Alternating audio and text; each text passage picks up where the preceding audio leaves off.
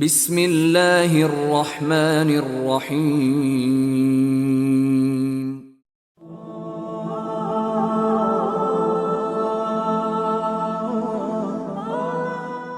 حضرت عبد الرحمن بن اظہر رضی اللہ تعالیٰ عنہ سے روایت ہے، انہوں نے فرمایا میں نے رسول اللہ صلی اللہ علیہ وآلہ وسلم کو فتح مکہ کی صبح کو دیکھا۔ میں اس موقع پر خوب جوان تھا۔ آپ صلی اللہ علیہ وآلہ وسلم لوگوں کے درمیان میں سے جا رہے تھے اور حضرت خالد بن ولید رضی اللہ تعالیٰ عنہ کا پڑاؤ دریافت فرما رہے تھے کہ ایک شرابی آپ کے پاس لایا گیا، تو آپ صلی اللہ علیہ وآلہ وسلم نے لوگوں کو حکم دیا تو انہوں نے اس کو جو ان کے ہاتھ میں تھا مارا، بعض نے کوڑا مارا، بعض نے لاٹھی ماری، بعض نے اپنا جوتا مارا، اور رسول اللہ صلی اللہ علیہ وآلہ وسلم نے اس پر مٹی پھینکی۔ پھر جب حضرت ابو بکر رضی اللہ تعالیٰ عنہ کا دور آیا تو ایک شراب نوش لایا گیا، تو انہوں نے صحابہ سے نبی صلی اللہ علیہ وآلہ وسلم کا عمل دریافت فرمایا کہ انہوں نے کس قدر مارا تھا، تو انہوں نے اس کا اندازہ 40 ضربوں کا لگایا۔ چنانچہ حضرت ابو بکر رضی اللہ تعالی عنہ نے 40 ضربیں لگائیں۔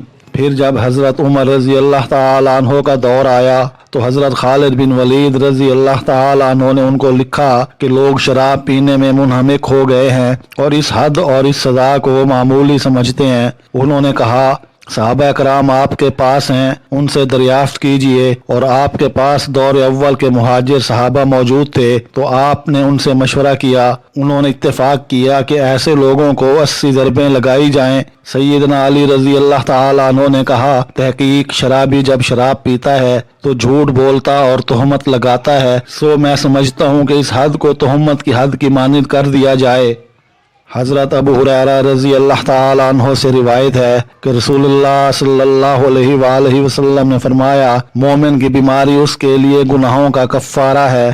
حضرت ابو موسیٰ اشعری رضی اللہ تعالیٰ عنہ فرماتے ہیں میں نے نبی اکرم صلی اللہ علیہ وآلہ وسلم کو ایک دو مرتبہ نہیں بلکہ کئی مرتبہ فرماتے سنا کہ بندہ نیک عمل کرتا ہو، پھر وہ بیماری یا سفر کی وجہ سے وہ عمل نہ کر پائے